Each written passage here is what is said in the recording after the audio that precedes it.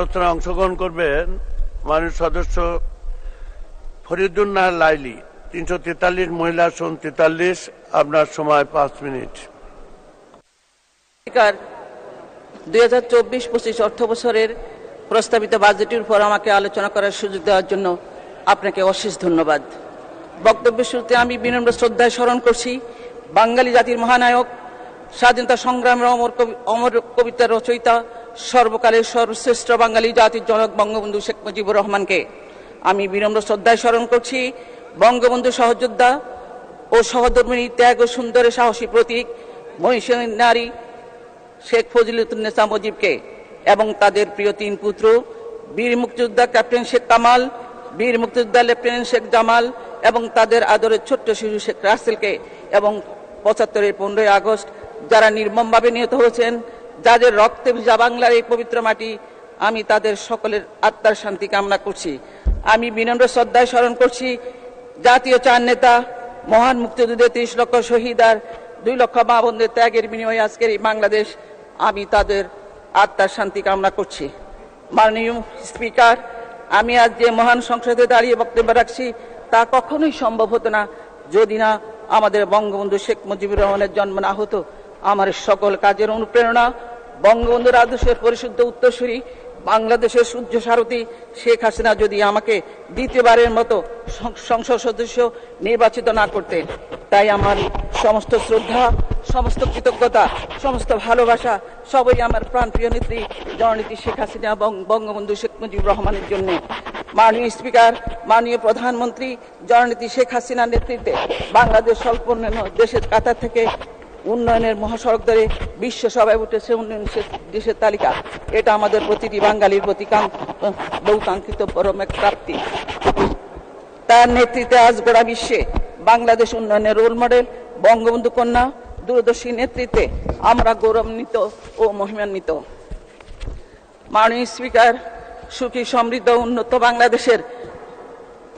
বাংলাদেশ গড়ার অঙ্গীকার নিয়ে অর্থমন্ত্রী 2024-25 অর্থ বছরে 7,97,000 কোটি টাকার বাজেটে মহান সংসদে উপস্থাপন করেছেন। মাননীয় অর্থমন্ত্রী এবারে বাজেট প্রণয়ন করতে গিয়ে অর্থনীতিতে তার সুনিপুণ দক্ষতা দেখিয়েছেন। মাননীয় প্রধানমন্ত্রী জননেত্রী শেখ হাসিনার সার্বিক দিক নির্দেশনা বৈশ্বিক অর্থনৈতিক অনিশ্চয়তার মাঝেও এমন একটি বাজেট প্রস্তাব করায় আমি মাননীয় অর্থমন্ত্রীকে আন্তরিক ধন্যবাদ জানাচ্ছি। মাননীয় স্পিকার, সংসদ এবং সংসদের বাহিরে সরকারের ঋণ নিয়ে অহেতুক গাল গল্প হচ্ছে। বাস্তবতা হচ্ছে সরকার ঋণ নিয়ে মেগা প্রকল্প বাস্তবায়ন করছে, যার সুফল জনগণ পেতে শুরু করেছে। উন্নয়নমূলক কাজের জন্য ঋণ গ্রহণ প্রবণতা বিশ্বব্যাপী বিদ্যমান।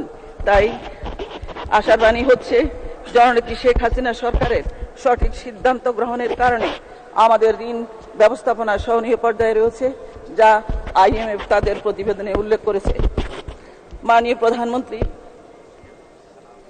মাননীয় স্পিকার, এবারের বাজেট উচ্চ আয়ের মানুষের জন্য, উচ্চ কর এবং নিম্ন আয়ের মানুষের জন্য তাদের আয়ের আনুপাতিক হারে কর ধার্যের প্রস্তাব করা হয়েছে।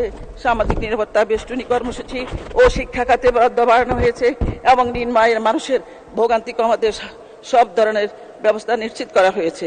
স্বাস্থ্য ঝুঁকি কমাতে সব ধরনের নিশ্চিত ব্যবস্থা করা হয়েছে। স্বাস্থ্য ঝুঁকি মোকাবিলার জন্য এবারে বাজেটে স্বাস্থ্য খাতে 2,000 কোটি টাকা বিশেষ বরাদ্দের প্রস্তাব করা হয়েছে, যা নিঃসন্দেহে জননেত্রী শেখ হাসিনা সরকারের দূরদৃষ্টি সম্পন্ন যুগান্তকারী পদক্ষেপ। মাননীয় স্পিকার, নারী ও শিশুদের উন্নয়নে সরকার সর্বদা কাজ করে যাচ্ছে। এবারের বাজেট মহিলা ও শিশু বিষয়ক মন্ত্রণালয় বরাদ্দ অতীতের তুলনায় বৃদ্ধি পেয়েছে। ভবিষ্যৎ প্রজন্মের জন্য বাসযোগ্য পৃথিবী গড়ে তোলার লক্ষ্যে সরকার সর্বদা সচেষ্ট রয়েছে। জলবায়ু পরিবর্তন জনিত ঝুঁকি মোকাবিলার বিষয়টি সরকার সকল উন্নয়ন পরিকল্পনা গুরুত্ব সহকারে স্থান পেয়েছে।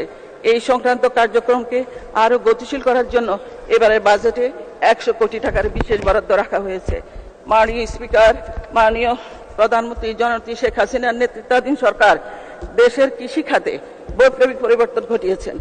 কৃষি উৎপাদনকে উৎসাহিত করার জন্য সরকার বুতুরকে প্রধান অব্যাহত রেখেছে। মাননীয় স্পিকার, এবারে আমার নির্বাচনী এলাকার কিছু কথা বলতে চাই। আমার নির্বাচনী এলাকার লক্ষ্মীপুর 4 রামগতি কমলনগর সদস্য 2 মিনিট বলবেন। 2 মিনিট। রামগতি কমলনগর এলাকার নদী ভাঙ্গনে নিঃস্ব মানুষের অসহায়তা দূর করার জন্য মাননীয় প্রধানমন্ত্রী 2014 এবং 2021 সালে মেঘনা নদীর তীর রক্ষা বাঁধ প্রকল্প অনুমোদন করেন। এই জন্য আমি আমার নির্বাচনী এলাকার সর্বস্তরের জনগণ মাননীয় প্রধানমন্ত্রীর প্রতি কৃতজ্ঞতা প্রকাশ করছি। মাননীয় স্পিকার, আজ এই মহান সংসদে দাঁড়িয়ে বলতে চাই, জননেত্রী শেখ হাসিনা যতদিন বেঁচে থাকবেন, যতদিন আমাদের রাজনীতিতে নেতৃত্ব দিবেন, তার হাত ধরে উন্নয়নশীল পথে হাঁটবে সবুজ এই বাংলাদেশ, লাল সবুজের বাংলাদেশ। তার ভিশনারি লিডারশিপের মাধ্যমে গণতন্ত্র, অসাম্প্রদায়িক রাজনীতি বিকশিত হবে, জনগণের অধিকার সুপ্রতিষ্ঠিত। আমাদের এই দেশ হবে সুখী, সমৃদ্ধ, উন্নত, স্মার্ট বাংলাদেশ। আমি আমার প্রাণপ্রিয় নেত্রী জননেত্রী শেখ হাসিনার সুস্বাস্থ্য কামনা করছি। মাননীয় স্পিকার, আপনাকে ধন্যবাদ জানিয়ে আমি আমার কথাগুলো শেষ করছি। খোদা হাফেজ। জয় বাংলা, জয় বঙ্গবন্ধু, বাংলাদেশ চিরজীবী হোক। ধন্যবাদ মাননীয় সদস্য, আপনাকে অসংখ্য ধন্যবাদ।